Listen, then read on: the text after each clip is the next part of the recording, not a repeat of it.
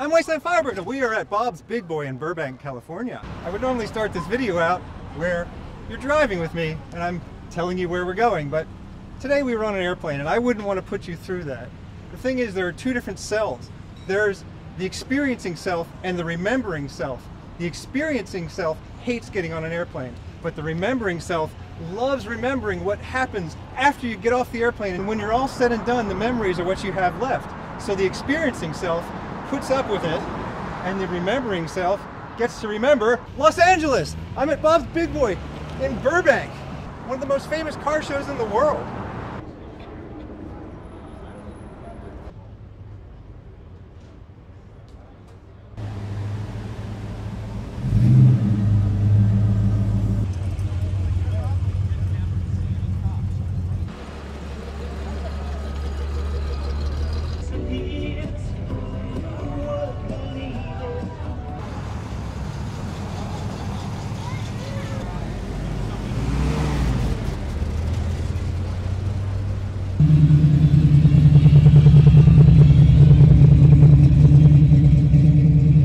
This is actually old. I love the neon here.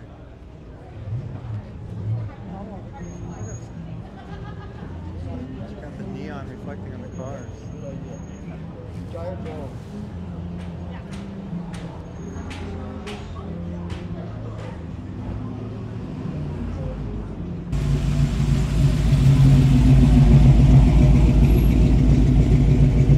El Camino. It's America's Ute. All one of two. We had the El Camino, we had the Ford Ranchero. What are you going for 56? Volkswagen thing. I've always been so torn on these. Do I love this more, or do I love the Volkswagen Beetle more? Or do I love the Carmen Ghia more? They're all just so beautiful and so completely different, but they're all on very similar platforms. They're kind of the same car, but just completely different looks. I don't think I've ever seen one of these in Australia. Chevy Nova used to be my favorite muscle car.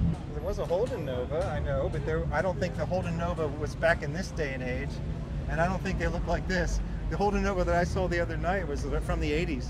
It was the GM and Toyota partnership. Jeep Wagoneer Limited was saying in a recent video that they used to put real wood on cars, and that was a sign of luxury and craftsmanship. And then later they put fake wood on cars, and it became a symbol of crappiness. But now it's come full circle again, and people are feeling nostalgic, including myself, for fake wood. This is beautiful.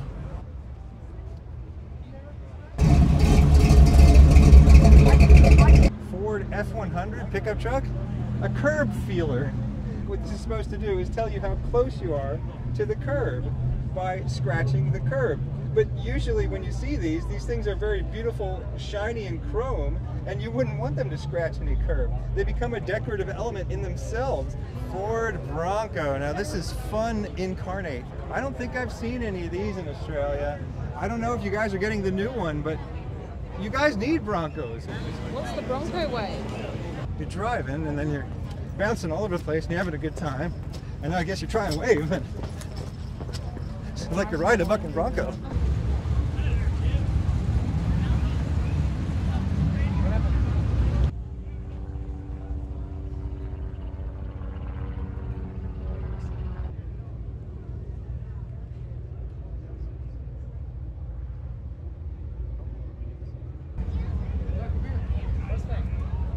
I'm of the opinion that this is not a Mustang, but I don't know what it is. It says Cobra. Cobra. Mustang Shelby Cobra. It says Ford Cobra, but it doesn't look like a Mustang. I'm trying to look for some more hints on it. It's pretty though. Yeah. I mean, I must have seen one of these at some point in my life, but I really don't know what it is.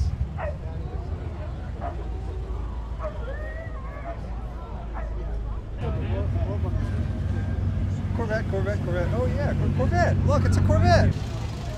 It's a Rat Rod Alfa Romeo Spider. Long after The Graduate ended, their love quickly became dry and dull and sad, but he still had the Alfa Romeo Spider. Their income declined through the years. There wasn't much demand for... What was their job? What did they do? They were like rich, spoiled people. There wasn't much demand for rich, spoiled people anymore. The parents cut them off. The trust fund ran out. He's still driving that old Spider. He's painted it white with house paint. Corvair.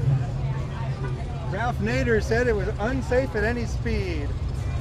One of these was for sale. It might still be for sale on Bring a Trailer. It goes 200 miles per hour. It's probably very unsafe at that speed. Dodge Challenger. I have seen these in Australia. They're pretty rare. You actually have to move the steering wheel from one side to the other in order to import it into Australia. This car is going to cost you something like 200,000 Australian dollars. So you got to really want one.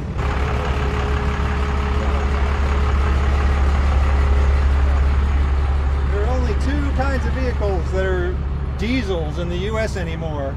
Big trucks and trucks that want to be big trucks.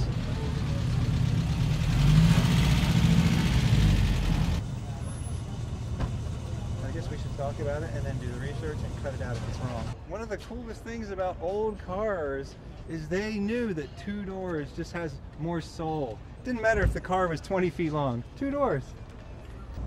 Avanti.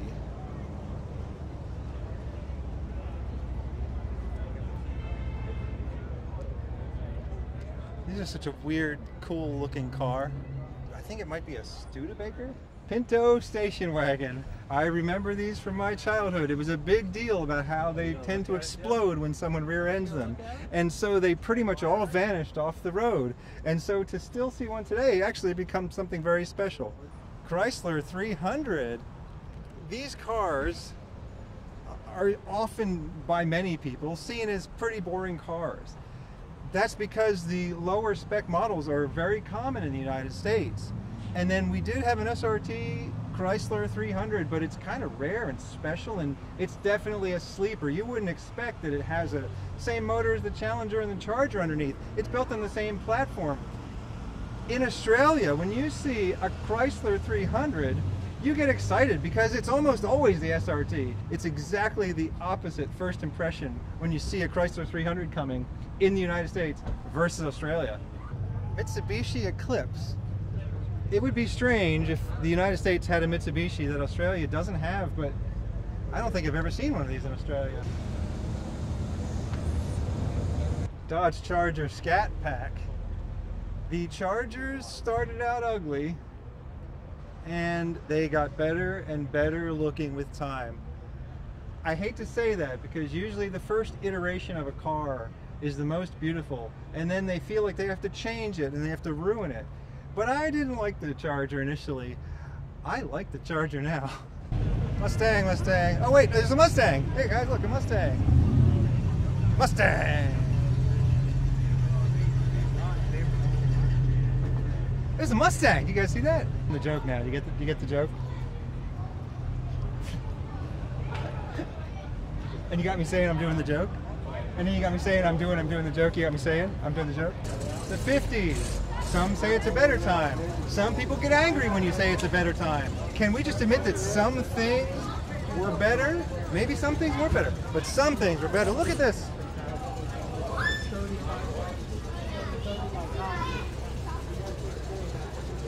It's the modern Bronco Sport 4-door. I'm not too excited about these. I like that they have a 2-door one. But this is still a really good looking modern SUV.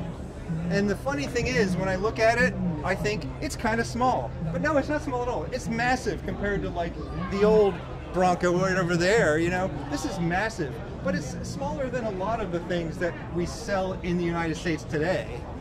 I don't even know what this movie is. I've never heard of it. Jurassic Park. Toyota Yaris. I love these. It's a 2-door, small hatchback, Japanese, reliable, and look at the color. This was the color. I used to want one of these in this color. I never actually got to own one. I owned a bunch of Honda Civics, but I never had one of these Yarises. That's an automatic, I don't care. This is the new mid-engine Corvette. The first Corvette that's being sold new in dealers in Australia.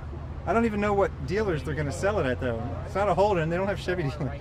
I don't know where you can buy this, but theoretically it can be purchased. These buttons are as bad as a touch screen. Yes, these are physical buttons. Yes, they move down when you push them. But there's just a row. It's just a row of buttons that are all identical. You have to memorize that I want to press the 7th button down for air conditioning, and I want to press the 9th button down to turn off traction control. How are you going to find those buttons? It's the new Corvette. It's for people who love memorizing things.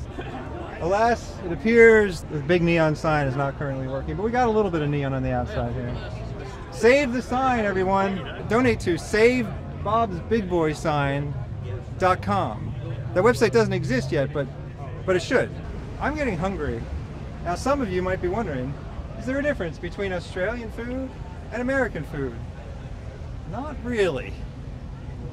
The big one is Australians put beets, eggs, and pineapple on their hamburgers, and that's actually a wonderful idea. And then the other one is, do not order bacon in Australia. You will be disappointed. It's just a slice of ham. And if you come to the United States, if you've never had American bacon before, oh my God. If you live in Australia, I implore you, come to these United States and order something with bacon on it. It doesn't matter what. Order anything with bacon on it. I'm going to reserve us the table.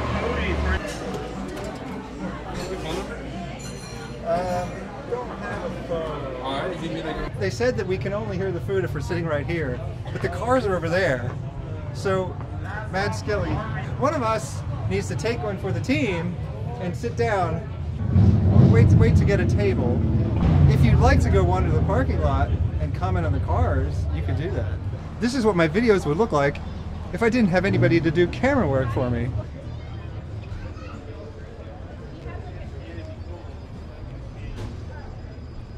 We have another Bronco that's arrived. I wonder what kind of car is this? Fairlane. Oh, it's a Fairlane. Okay, we thought it was a Mustang, and then we got all confused. Oh, that's a Fairlane. Thank you. So, 69. Fairlane Cobra. Oh, yeah. Thanks a lot. Fairlane Cobra. Oh wow. Hot rod. Train. Well, wait, say that again. This is my beast, the 81 Trans Am. Well, I'm the guy who, look at the back of my jacket, you see? Oh yeah, As you pulled in, I turned to the back of my jacket to display my plumage. You gotta show the motor now. Oh yeah. You gotta show the motor. It's an L29 big block Chevy 454. It's got a 502 cam in it. You know, I built it from scratch. I bought the motor for $200. I tore it down and built it back up. So your name is Jasmine? Yeah. Yeah, so I actually love your outfit, because I was noticing that, like, you make me feel not so weird, you know? Like, Yeah. you like dress really cool. Yeah. And so I hear you have a story. How did you get here? Where are you from? I'm from Vancouver, British Columbia. And Vancouver, British Columbia? Yeah, and I bought a beater bike that sat in a garage for 10 years, fixed it up, and then drove down the coast. So you know people down here? Yeah, I have a great aunt and uncle that I haven't met before, Uh-huh. and then I show up, and yeah, they welcome Is me. your bike here tonight? Yeah, it is. I think you should show us your bike. Okay. Emphasis on beater bike. It's not nice, but it got me here, and that's all I that think matters. that the story that the bike has Yeah. now makes it a piece of history. That's it right there. It's a Honda Shadow 750, Okay, well, like, what year was it made? 2006.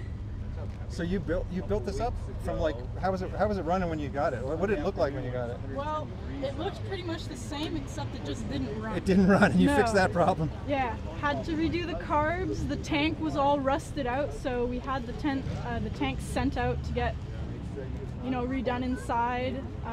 It's got new tires on it because those were flat 10-year-old tires, and yeah, it runs now, but it has a problem in the tank. Usually these bikes are the most reliable bikes you could ever get.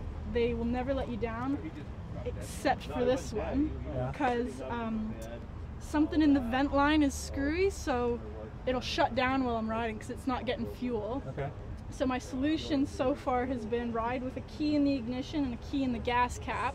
If it starts losing power, turn the key, take the gas cap off, and then that solves the venting issue and just fires right back up. How many miles do you know? Over 3,000 kilometers. I don't know how many miles. So 3,000 kilometers, like 30 hours. Condiments. What I love when I go out to eat in the United States is how there's just everything on the table.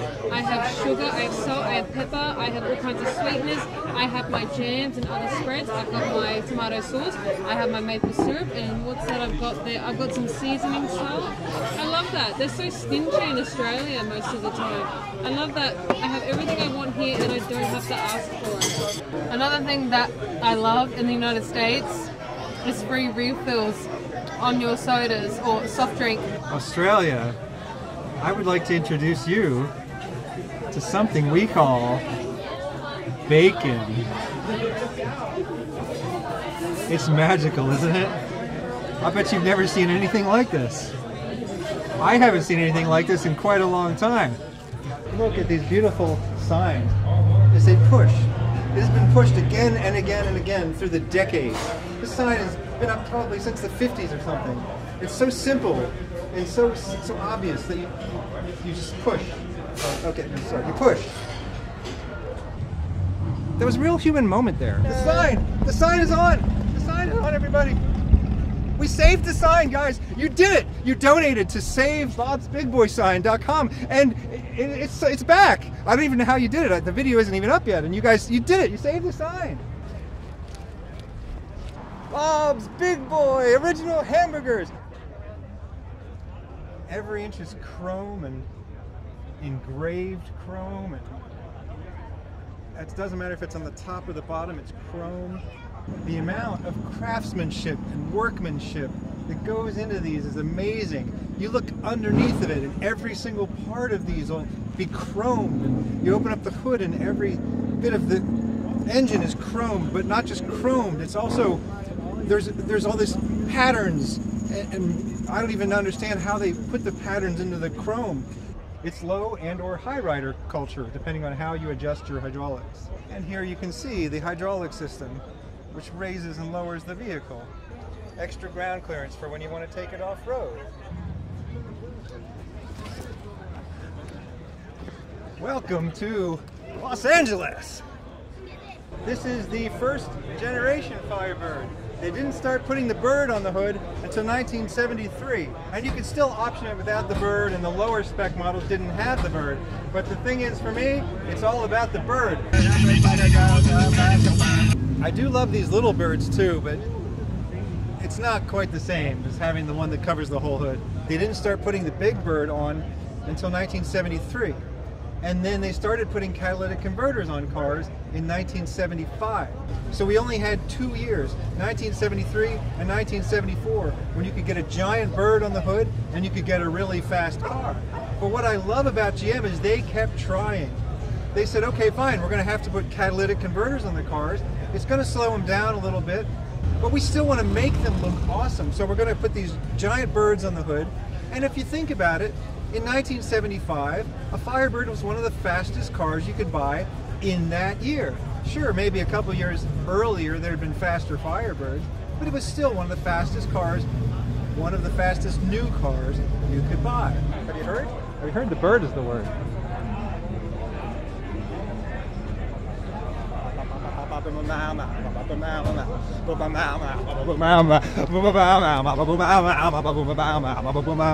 Don't you know about the bird?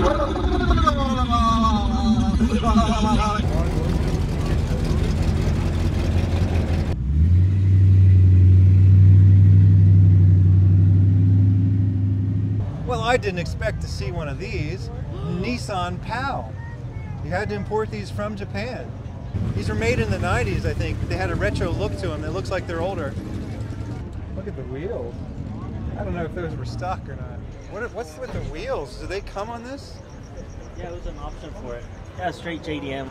It's a nice little beach cruiser. You got the electric rag top, put a little surfboard up there, you're good to go. Massive Cadillac with 20 who knows what inch wheels. And the brakes are almost as big. It looks like 6-pot calipers. Cadillac Escalade. It's as tall as I am, and it's as long as 4 of me. This is America.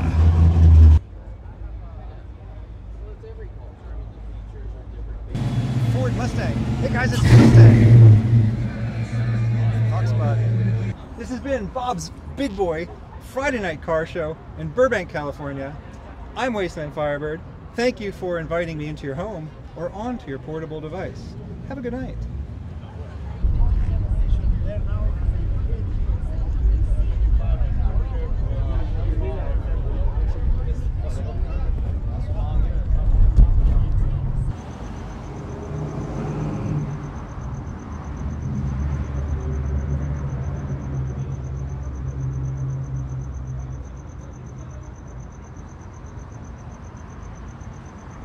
Thanks to Matt Skelly for the camera work.